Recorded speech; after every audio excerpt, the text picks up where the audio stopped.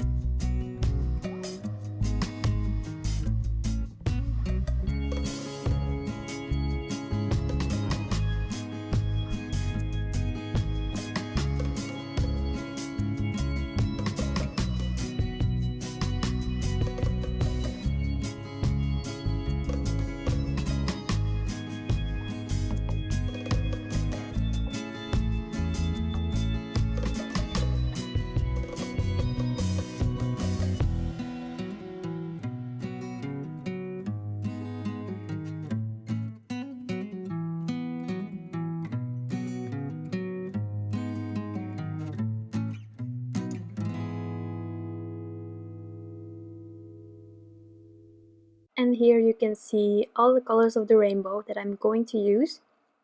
And now I'm going to die cut this color block rainbow out of it. I decided that I wanted to add it on top of a slightly different color than a white panel. So I took the vanilla malt from Fawn and I decided to add these arches on top of it. So as you can see here, I'm using the negative of the arches to help me get everything in place. I am taping this down with some purple tape just to help me so that I don't have to hold that negative all the time.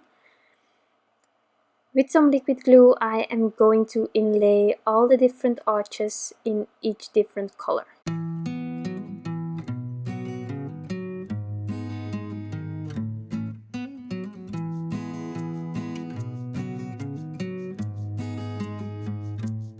And after I did this, I thought that I wasn't going to use the frame from the die cut, so I removed the sort of negative, but later on I will add the frame as well. So I'm just inlaying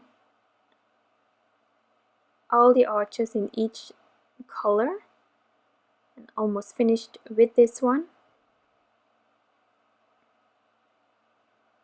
Like this, and now I can remove the negative of my red arches, and I have a simple rainbow. But with those dots it's really cheerful. I think it's a bit playful as well. So having done this, I wasn't really sure about it. I don't use other sorts of cardstock often when creating a more simple card, so it was a bit out of my comfort, not really what I'm used to, so I decided that I wanted to create something else. And this is also one of the things that I'm showing in the blog about these inks. You can definitely blend with them, and now I'm just blending on the bottom of each arch with the same color as I stamped it out with, just blending it and doing some sort of gradient to get that rainbow going. So the next card I'm creating is a bit more bold, if you can call it that, just because I added more color, of course, than just dots.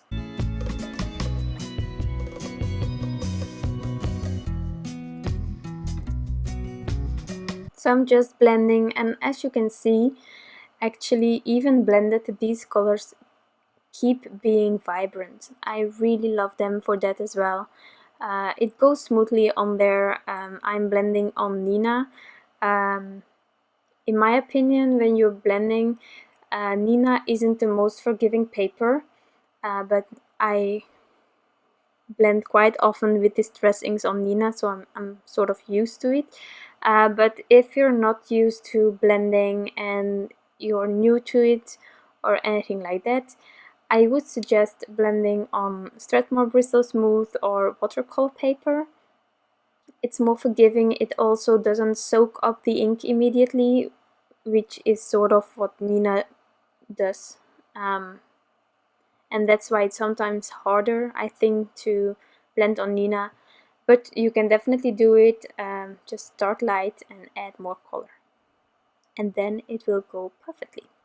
So now I am die cutting again some Neenah because I want that white frame on top of this card. And I am going to glue this white frame on top of the other one just to get some dimension. If I would redo it, I would just die cut 2 white frames, because there are some spots where I can see that red dots, those red dots, they are sometimes a bit visible, and I would avoid that in the future. But yeah, it's the dimension that I wanted, and it's not in your face or anything, but I would recommend doing just 2 white frames of Neenah. So as I'm only using 8 colors, I'm going to snip off these 2 tiniest arches, and then I have my frame. I'm taking an A2 panel of Neenah, and I'm going to glue down this frame with some liquid glue, and then I will add all the arches that I just blended.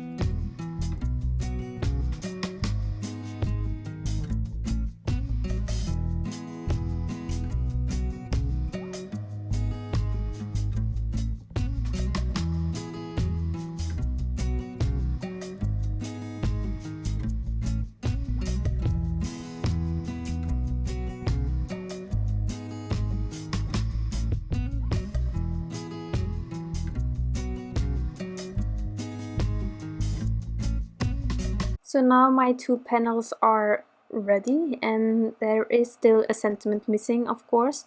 I really love the sentiments from the stamp market in the set Tons of Type. There are truly lots of sentiments, and there is one for each occasion, and I just also really love them for creating some simple Happy Mail cards.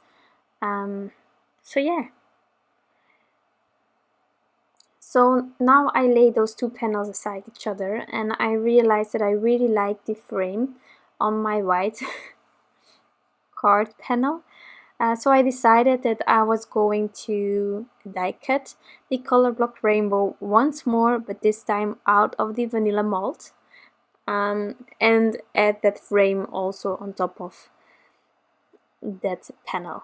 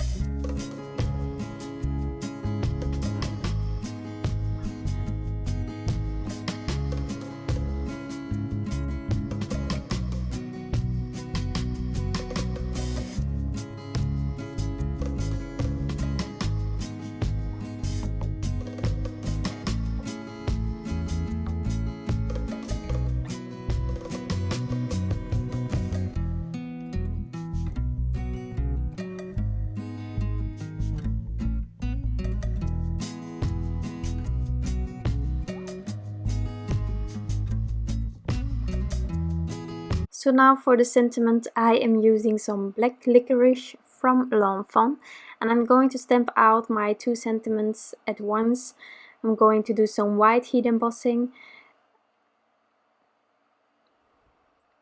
So because of this script, it's quite small. I am using Ranger embossing powder white with the super fine detail. But first I'm prepping my cardstock, making it anti-static using this powder tool. And then I can use my Versamark clear embossing ink, stamp it out, and I will add my embossing powder.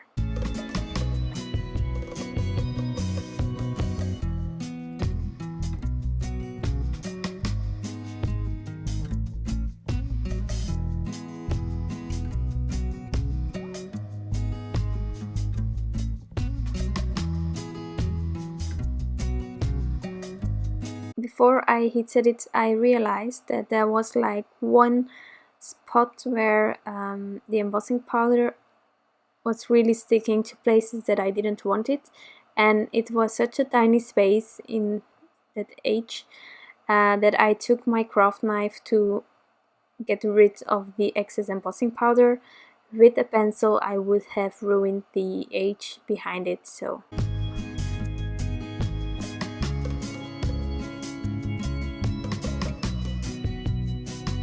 and with that being melted, I can die cut these sentiments out. Therefore I'm using the sentiment dies from the Sweet Feline die set from Mama Elephant. These dies are really small, which fit perfectly for the size of these sentiments. And I'm just running them through, and afterwards I will also run them through once more to get a perfect edge on the right side of the sentiment as well.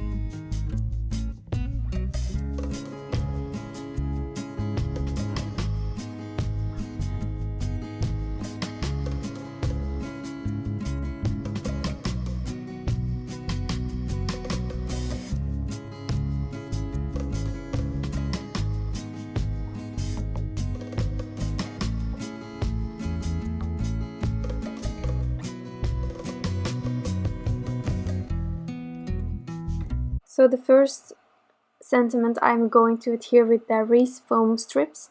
There is less of a difference in dimension on this panel because there is only one layer of paper. The other panel, there I will use some thin foam squares because I have doubled up that frame for the rainbow, so I have some more dimension going there, and I'm just going to add those thin foam squares inside of the arches, and then I will lay the sentiment on top of it.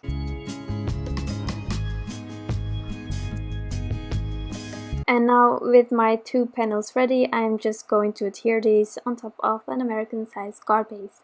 Therefore I'm using some permanent print adhesive roller, and then these two cards are finished. I really hope that you like this video and the two cards created. I only used a minimal amount of supplies. You also don't have to stamp anything on these arches. You could also just use some colored cardstock.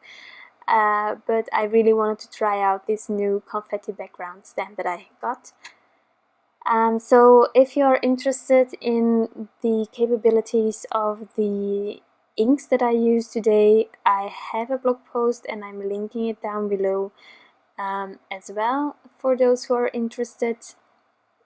For these cards I also have a blog post ready, so also down below, and just for the supply list it's in the description box as well.